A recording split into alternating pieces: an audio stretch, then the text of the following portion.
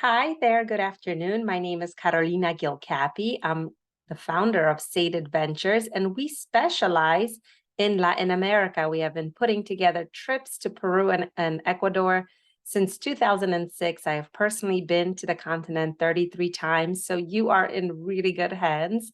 I'd love to help you with some ideas. I know you wanted to combine the Galapagos and the Amazon and Machu Picchu, and yes, it could get quite confusing and overwhelming. So I put together an itinerary. I thought I would hop on here and share it with you, go through it so it's easier to understand how everything works, why, and to answer maybe some of your questions before you even had them.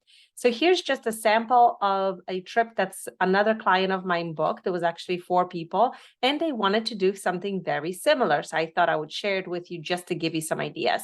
So when they arrive in Quito, we have a State Adventure sign at the airport, English speaking guide picking you up, private car to your hotel. We choose random hotels depending on your interests and budgets. So in this particular option is a boutique hotel. We wanted something really well located and, something with local charm. So this one fit the bill. Then on April 9th or day 2, that same guide who have picked you up will come back to the hotel after breakfast and will show you all the best highlights of Quito. There are so many things to see: the equator line, the gondola ride, the Pichincha volcano. There's a chocolate workshop. Of course, downtown is colorful and quite interesting. We will hit it all. It really depends on what your interests are.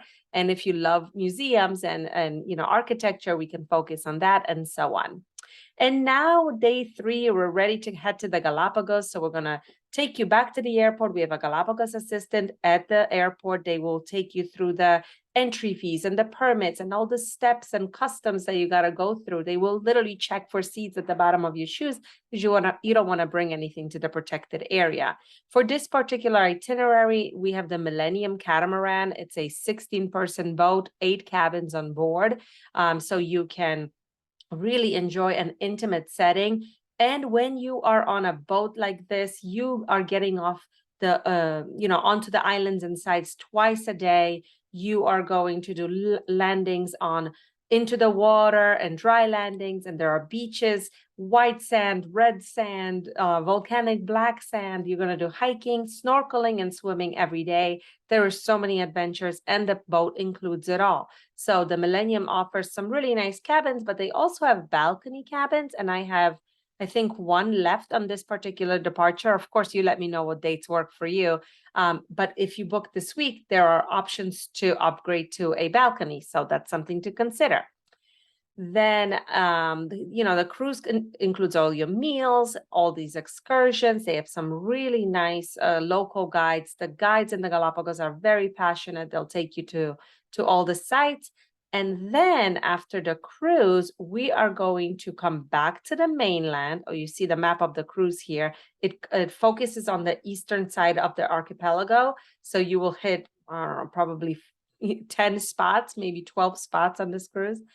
So afterwards, we'll take you back to the island with the airport, and then we're going to fly you to the mainland of Ecuador, where you're going to connect with a flight to Peru. So you're going to land in Lima probably later in the evening. We're going to spend the night at the airport hotel simply to rest. If you have extra days and you want to see Lima, this is the time to add a night. Now, the following day from Lima to the Amazon, there is a nonstop flight to Puerto Maldonado. There are multiple places to go into the Amazon. You can fly into Coca, you can fly into Iquitos, you can fly into Puerto Maldonado. I really like the lodges in Puerto Maldonado the best. The infrastructure is absolutely the best. It is not a large port city, so it has that you really feel like you're in the middle of nowhere as soon as you land. So it's really special. And they have access to clay licks here. And clay licks are these areas where all the parrots go to feed. So it's fantastic to watch in the morning. So what I did is, for 3 nights, you're going to stay in a lodge. And this is one of my favorite lodges. It is called Hacienda Concepcion. It is part of the Inca Terra family, and they have really wonderful service throughout Peru. But here in the Amazon, they have 2 lodges, and this is one of them. Again, everything included, all your meals or your excursions, the canoe rides, go fishing, stargazing, all of that is arranged for you. Really fantastic with families. I've taken my daughters to the Amazon many times, and we really, really enjoy seeing the wildlife and just the laid back type of lifestyle there. So after your 3 nights in the Amazon, we are now ready to hit the Inca Empire. So we're going to fly into Cusco, but now we are at really high altitude. So we're going to take you right into Sacred Valley. Here is where we're going to spend 2 nights acclimating. Sacred Valley is home to Incan sites like the Salineras, the Moras Morai laboratories. Of course, there are villages and indigenous communities and markets, and of course, so many ruins. So we will really take it easy those first 48 hours, relaxing in the beautiful hotel. It's all mountains and valleys, and really discovering everything that we can do in a Sacred Valley while we let our body acclimate at this lower altitude. April 20th or day 13, we get on a train, 2 hours. We're in Machu Picchu. A private guide will take you to the ruins, see the highlights, and just to verify, all the tours on the itinerary are private. So everywhere you go, Sacred Valley, Quito, that is all completely private with your own guides and drivers. When you're in the Amazon, you will be with a guide assigned to you from the lodge. There may be small groups, but usually it's pretty much custom to what you're interested in doing and your abilities. Same thing in the Galapagos, you're going to get off with the guide and everybody on board. There's only 16 people allowed on board, and there's only 16 people allowed ever on any site. So you will see that being very restricted as well. So very small groups, but everywhere else, private.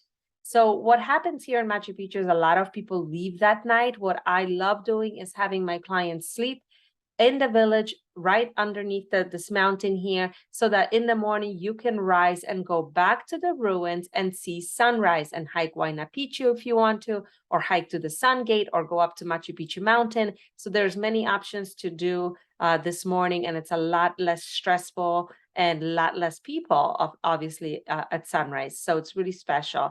And then we get on a train and arrive in Cusco, our final destination, the highest part of altitude in this whole trip. But now you have been acclimating for 3 nights and you're ready. So in Cusco, we're really going to focus on showing you around the sites, the main square, the cathedral, the ruins around the city. And again, Cusco is a great cobblestone town to explore on foot. Have a nice dinner, maybe you finally have some place that you can actually walk around. So I don't like to include a lot of meals here because you actually can enjoy them on your own. And then day 16, we are taking you to the airport. You fly to Lima and you fly home and your trip is done. So this trip in particular covers everything on your list: the Galapagos, the Amazon, Machu Picchu, and so much more all around in a package that's created for you, that's completely flexible. You can choose your dates. You can choose what to change. Maybe you want to add Lima. Maybe you don't want to go to the Amazon anymore. Let me know. We can customize it further. I put prices here based on 2 people, based on 4 people. Obviously, we can curate the itinerary further. So I'm going to stop sharing now, and I will send you this link. I'm curious to hear your thoughts, what works, what doesn't. We're here to help, and I look forward to working together. Happy travels.